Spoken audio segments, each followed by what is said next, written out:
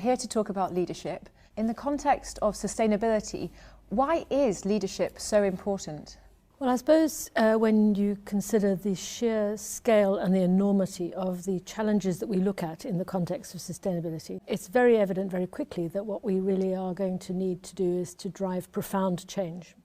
And in any society, it's also very obvious that you need strong leadership if you're going to drive that change. So from the point of view of sustainability, I think that we need leadership that can not only make that change happen, but make it happen in a way that is exciting and inspiring, because it is going to require us to do things very, very differently from the way we've done them to date. And you can't drive that through by force. You have to actually bring people with you. You have to make it feel like this is a new way of doing things that has some wonderful opportunities deeply embedded within it. Let's talk a little bit more about the nature of the leadership that's required then. Where do you see it needing to take place? Well, we know where some of the real opportunities lie for driving change. Clearly, in the political sphere, we need very strong leadership. We need leadership in our communities and our societies. Business has a profoundly important role to play, and that means we need to look to those business leaders, the leaders who have so much power and influence right the way around the world, to bring about change in their own organizations. But of course, we're not just looking for heroic leadership from sort of man on a white charger. What we're really looking for is leadership throughout our organizations. We're looking for people in all spheres of their work life to recognize where the risks lie, but also to recognize where the opportunities lie, and to bring their own particular personal brand of leadership and opportunities for leadership through their daily lives. And with that in mind, do you think there's anything distinctly different about the leadership at an individual level that's required to bring about sustainability outcomes? How is it different, if at all, from traditional approaches to leadership? Well, at one level, good leadership is good leadership wherever you see it and in whatever context. But I suppose there are some things which we regard as really critical if you're going to be a good leader in the face of these sustainability challenges. And in that sense, context is absolutely key. Understanding the world in which you're doing business, understanding the world in which you are leading organizations and individuals is crucially important if you're going to be a good leader to drive the kind of change that we need. But I think it is also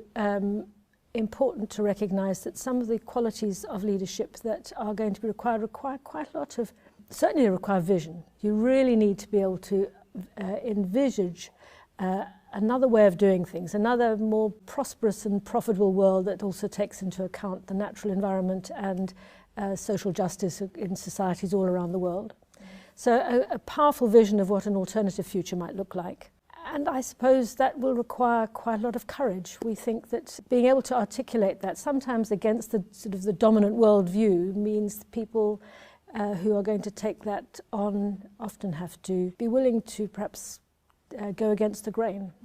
Many other qualities, the ability to be inclusive, to bring people with you, but I often think that vision and courage is a really important starting point. I think one of the crucial qualities that we observe in leaders who've really been able to drive things forward is the ability to see the whole system, to see their position in the system, and to navigate through those complex terrains where you need to involve so many other stakeholders, so many other dimensions of the debate, really understand other people's perspectives, and to be able to deal with the complexity that arises from that. It's been a very important quality, and it goes hand in hand with the ability to think long term, because many of the consequences of the actions that are taken today won't really play out until a long time into the future. So that ability to see the big picture, to see the whole system, both now, because there are immediate consequences for most actions, and in the long term where some of the benefits will flow, has been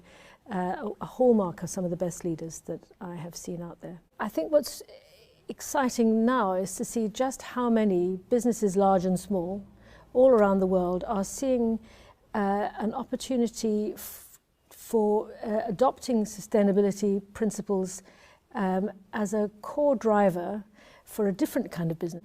Companies that are trying to bring the principles of the circular economy right into the heart of their business, companies that are introducing radical innovation to the heart of their business model. I've found it very exciting and inspiring to see just how many people armed with just a bit more knowledge and information, and perhaps with a bit of the confidence that comes from having studied the subject a bit further, just to see how they can go back into their organizations and act as catalysts for change, whether they're activists or whether they go back as experts or whether they go back as kind of undercover radicals, whatever way you look at it. I think that people can change the system within which they operate, where they're armed with a little bit more confidence and knowledge, but also when they feel that they are part of a movement. You can't just be trained to do this. You actually have to take it on board and see yourself as being part of a whole system shift that leadership is really is all about in sustainability.